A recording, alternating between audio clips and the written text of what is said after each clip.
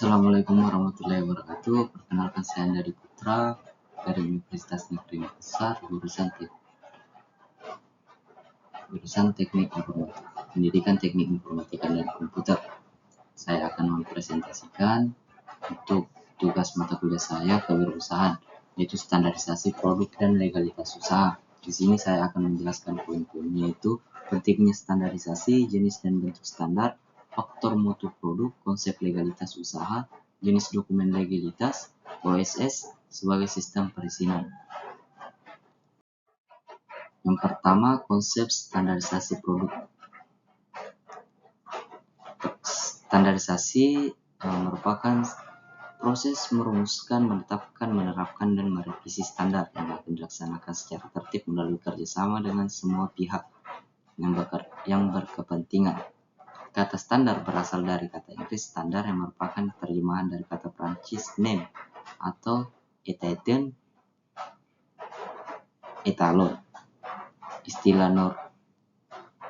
Istilah norme dapat didefinisikan sebagai standar dalam bentuk dokumen, sedangkan etalon adalah standar fisik atau standar pengukuran. Untuk membeda definisi istilah standar tersebut, maka istilah standar diberi makna sebagai norme, sedangkan etalon dalam bahasa Inggris diartikan sebagai measurement standard.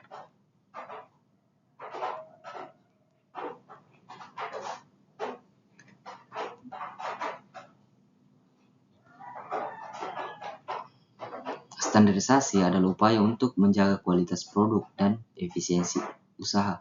Produk yang terstandar akan diberikan jaminan pada konsumen bahwa kualitas produk memang sesuai dengan apa yang dijanjikan, sehingga meningkatkan kepercayaan konsumen. Standar yang dimaksud dalam hal ini adalah spesifikasi secara teknis atau suatu yang dibakukan. Hal ini termasuk metode dan tata cara yang disusun dengan dasar konsumen dari semua pihak yang diperhitungkan dan terkait di dalamnya. Bentuk dan jenis standarisasi.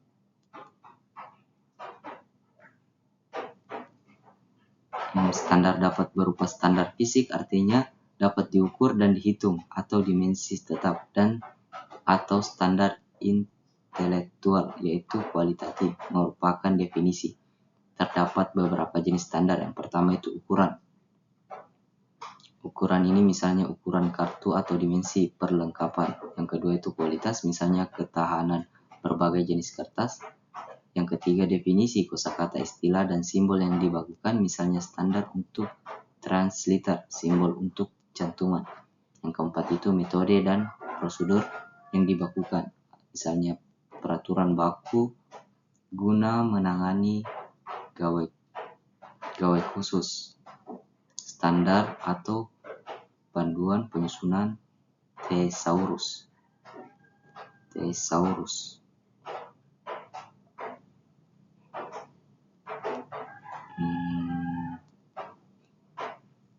Nah, selanjutnya itu untuk jenis standarisasi itu terbagi menjadi 3. Yang pertama itu bersifat wajib atau primer, yang dimiliki pengusaha, berupa perizinan atau regulasi yang diterbitkan oleh instansi pemerintahan. Yang kedua itu bersifat umum atau sekunder. Untuk ini yang tidak wajib namun dibutuhkan atau dituntut oleh pasar, pada umumnya diterbitkan oleh instansi pemerintahan maupun swasta. Yang ketiga itu bersifat khusus atau tersier, standarisasi dan sertifikasi yang diminati oleh segmen pasar tertentu, diterbitkan oleh instansi pemerintahan maupun swasta, contohnya organik.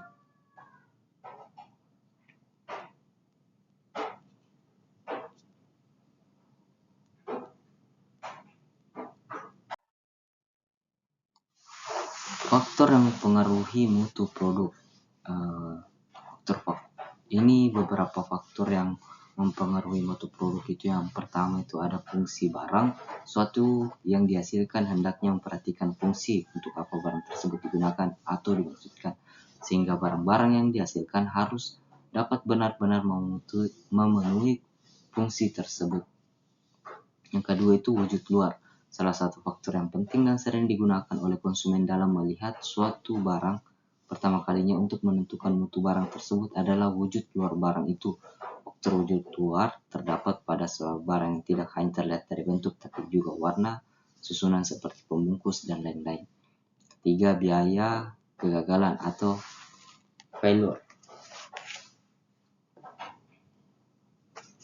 Dalam biaya kegagalan terdapat biaya-biaya yang disebabkan oleh faktor internal dan yang dalam ini diartikan sebagai kegagalan internal seperti biaya yang dikeluarkan pada saat pengelolaan processing. Selain itu terdapat juga biaya eksternal. Dalam ini yang dimaksudkan kegagalan eksternal seperti biaya-biaya yang dikeluarkan sesudah produk yang dihasilkan sampai ke tangan pembeli, meliputi biaya untuk perbaikan atau pergantian produk. Yang keempat itu standarisasi. Lingkup standarisasi untuk menggunakan dan membantu pemindahan standarisasi, mengemukakan ruang standarisasi dalam subjek pada sumber X. Umumnya standar memiliki 3 atribut, yang pertama subjek, kedua aspek, dan yang ketiga level. Klasifikasi produk. Menurut Gauthier dan Keller 2016, produk dapat diklasifikasikan dalam 3 kelompok. Yang pertama itu ketahanan dan keberwujudan. Ini terbagi lagi menjadi 3. Yang pertama itu non-durable goods, yaitu barang-barang yang berwujud biasanya dikonsumsi dalam satu atau beberapa kali penggunaan. Yang kedua itu durable goods, barang-barang yang berwujud biasanya dapat digunakan untuk waktu yang lama. Yang ketiga itu service, merupakan barang-barang tak berwujud, dapat dipisahkan, bervariasi, dan dapat musnah.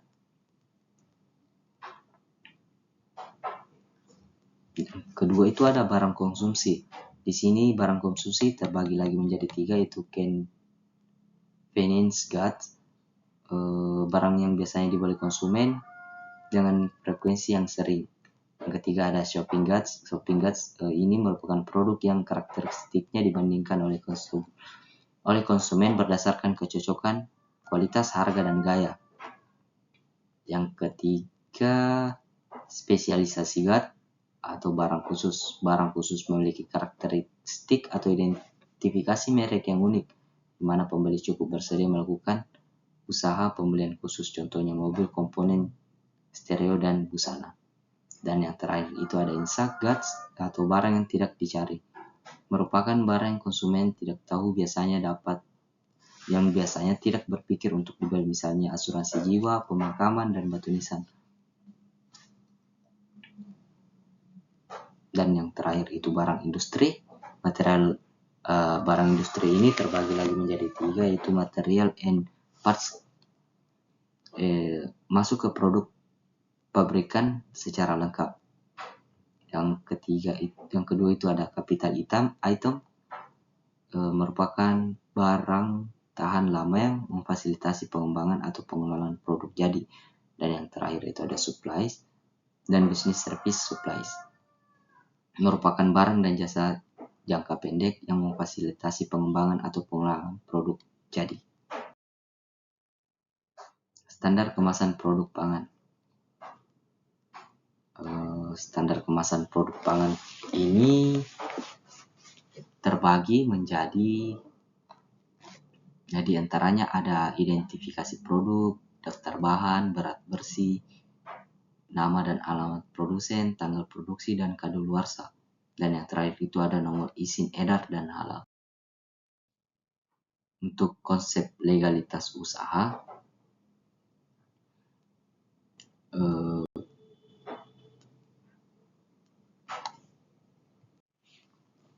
konsep legalitas usaha. Kata legalitas berasal dari legal, adalah suatu hal yang sesuai dengan peraturan perundang-undangan atau hukum. Menurut Kamus Besar Bahasa Indonesia KBBI, legalitas mempunyai arti perihal keadaan sah atau keabsahan.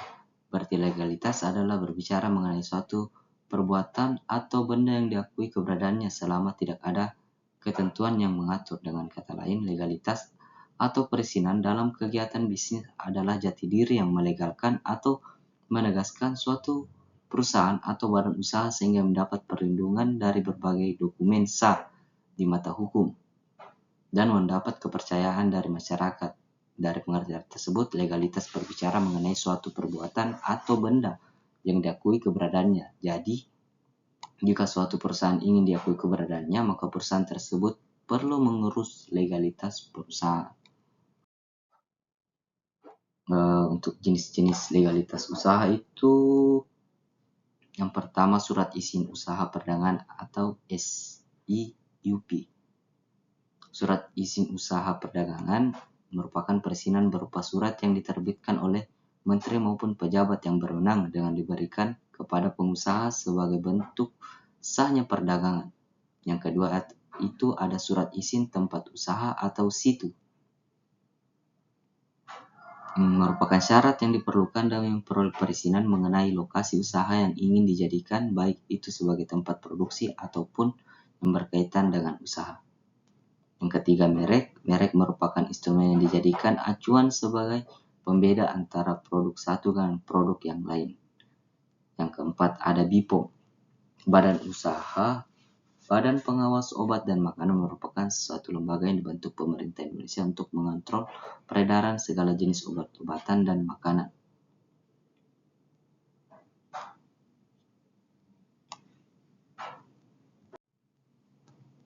Dan selanjutnya ada TDP atau NIP, AMDAL, dan akte pendirian.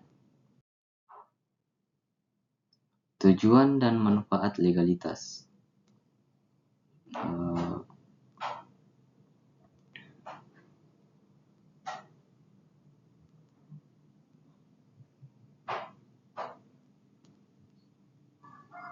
Pertama, untuk tujuannya, yang pertama mendapatkan kepastian dan perlindungan dalam berusaha di lokasi yang telah ditetapkan. Yang kedua, mendapat pendampingan untuk pengembangan usaha. Yang ketiga, mendapatkan kemudahan dan akses pembiayaan lembaga keuangan bank dan non-bank.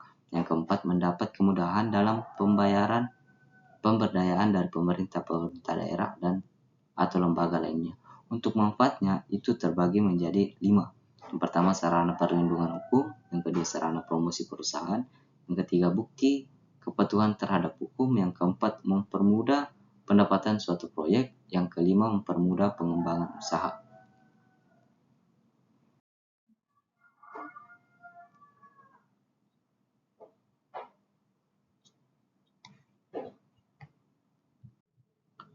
Untuk tahap legalitas badan usaha itu yang pertama ada NPWP. Mengurus NPWP pemilik perusahaan. Para pemilik atau pendiri perusahaan harus memiliki NPWP atas nama pemilik perusahaan. Dan apabila salah satu pemilik saham juga merupakan sebuah badan hukum, maka yang dilampirkan adalah NPWP badan atas nama perusahaan tersebut. Yang kedua, menyusun akta pendirian. Dalam tahap ini, detail mengenai nama perusahaan, daftar pemilik, komposisi saham, dan masing-masing pemilik, bidang usaha sesuai KBLI, dan struktur organisasinya perlu disampaikan kepada notaris. Yang ketiga, ada pendaftaran akta pendirian. Ini dilakukan dari notaris ke Kementerian Hukum dan HAM untuk kemudian disahkan dengan surat keputusan pengesahan pendirian badan hukum. Yang keempat, ada pengurus NPWP atas nama badan usaha.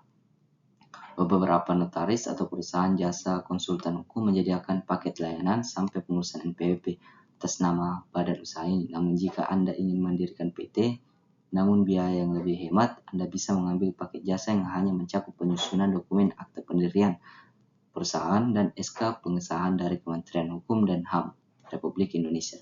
Dan yang terakhir itu, setelah mengantongi akta pendirian dan SK pengesahan dan NPWP atas nama badan, maka langkah selanjutnya adalah ke bank untuk mengurus pembukaan rekening atas nama perusahaan. Yang terakhir, sistem OSS atau Online Single Substation. Saat ini pemerintah sedang berupaya untuk menarik lebih banyak investor untuk menanam modal di Indonesia. Berbagai cara percepatan pembangunan infrastruktur hingga fasilitas perizinan dibenahi agar semakin banyak pelaku bisnis yang menanamkan modal di Indonesia. Salah satunya pembangunan fasilitas perizinan dengan mengeluarkan sistem OSS. OSSI ini merupakan suatu sistem perizinan yang memanfaatkan teknologi informasi mengintegritas antara perizinan di tingkat daerah dan tingkat pusat. Mungkin itu saja dari saya, kurang lebihnya mohon dimaafkan. Wabillahi taufiq wal hidayah. Wassalamualaikum warahmatullahi wabarakatuh.